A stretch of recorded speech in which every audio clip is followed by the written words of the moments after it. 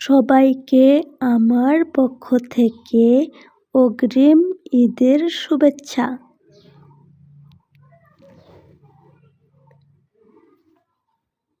সবাইকে আমার তরফ থেকে অগ্রিম ঈদের শুভেচ্ছা জানাচ্ছি।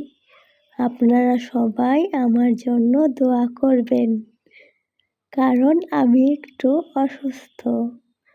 আমার শরীর ভালো নেই, আমার একটু ঠান্ডা লাগছে, বুঝছেন? তাই সকলকে আমার তরফ থেকে অগ্রিম ঈদের শুভেচ্ছা জানাচ্ছি। দাওয়াত রইল আমাদের বাসায়, আপনারা চাইলেই আসতে পারেন। অগ্রিম ঈদের শুভেচ্ছা, বুঝলেন?